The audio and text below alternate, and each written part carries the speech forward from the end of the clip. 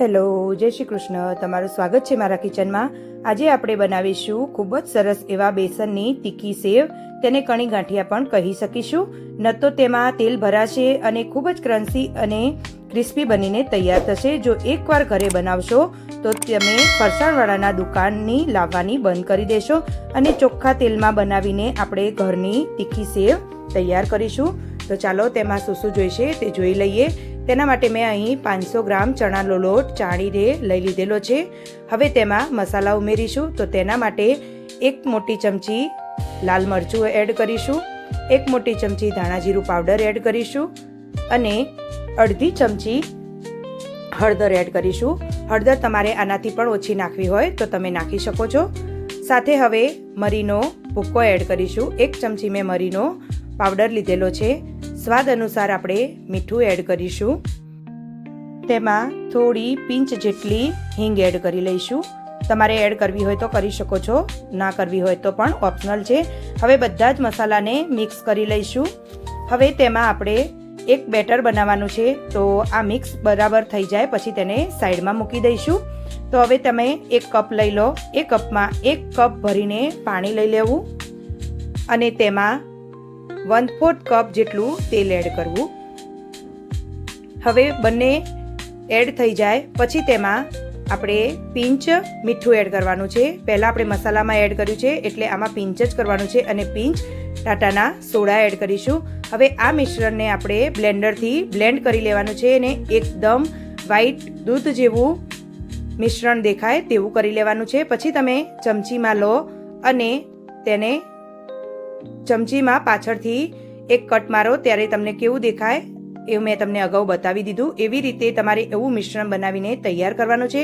અને હવે આ મિશ્રણને બધું જ આપણે લોટમાં એડ કરી દેવાનું છે અને પછી તેને સરસ એવું મિક્સ કરી લેવાનું છે.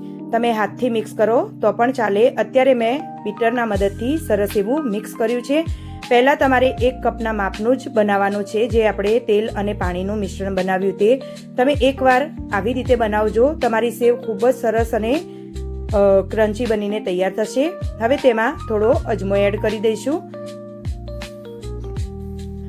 અજમો એડ કરવો ઓપ્શનલ છે. જો તમને વધારે ગમે તો તમે એડ કરી શકો છો. હવે બધું જ આપણે સરસ મિક્સ કરી લઈશું. ધીમે ધીમે સરસ આવી રીતે ફેટતું જવાનું છે ને મિક્સ કરતું જવાનું છે. જો પાણીની જરૂર લાગે તો તમારે ઉપરથી થોડું પાણી એડ કરવું. તમારે આવી રીતે મિક્સ કરતું જવાનું છે અને આવી રીતે એકદમ વ્હાઈટ જેવું દેખાવા લાગે ત્યાં સુધી લોટને ફેટવાનો છે, જેથી તમારી સેવ ખૂબ જ સરસ એવી ફૂલી અને સરસ બની જશે. તો આપણો લોટ બનીને તૈયાર છે.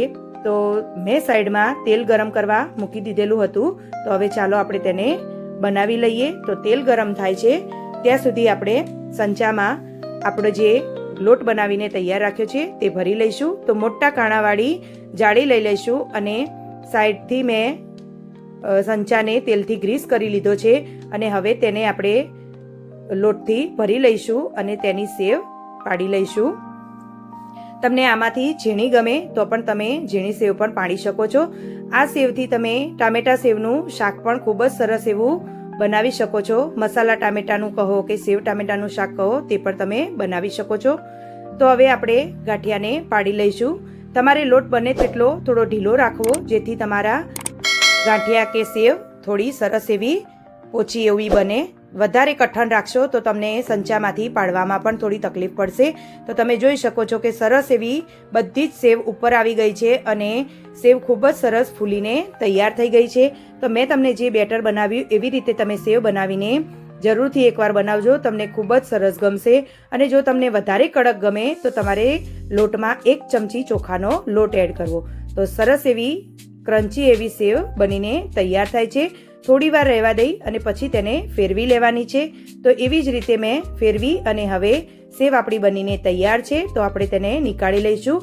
તો આવી જ રીતે મેં બધી જ સેવને બનાવીને તૈયાર કરી લીધી છે. તમે સેવ જોઈ શકો છો કે તેલમાં નાખતા જ સરસ એવી ઉપર આવી જાય છે. તો તમે પણ મારી રીતથી એકવાર જરૂરથી બનાવજો.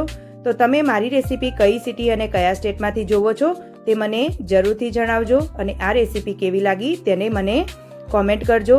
તો નવી રેસીપી શીખવા માટે મારી ચેનલને સબસ્ક્રાઈબ કરો. બાજુમાં આપેલી બેલ આઇકનને જરૂરથી દબાવો અને લાઈક શેર ને સબસ્ક્રાઈબ કરવાનું ન ભૂલતા. Thank you. એન્જોય.